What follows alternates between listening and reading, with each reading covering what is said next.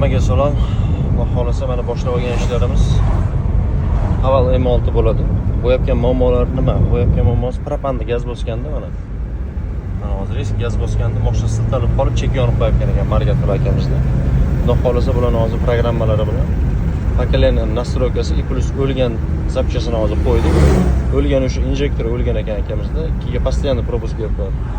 Mana ko'ryapganimiz India 2 apparati bilan diagnostika qilib ketamiz. Xudo xolasa bir davomda ham gaz nastroykasini I+ mashina ham o'zini diagnostikasini qilib, xudo xolasa akamizga ishlarni bitirib berdik. Nasib hozir mana yurib sinashdi, mana konditsioner yoqib qo'yganmiz.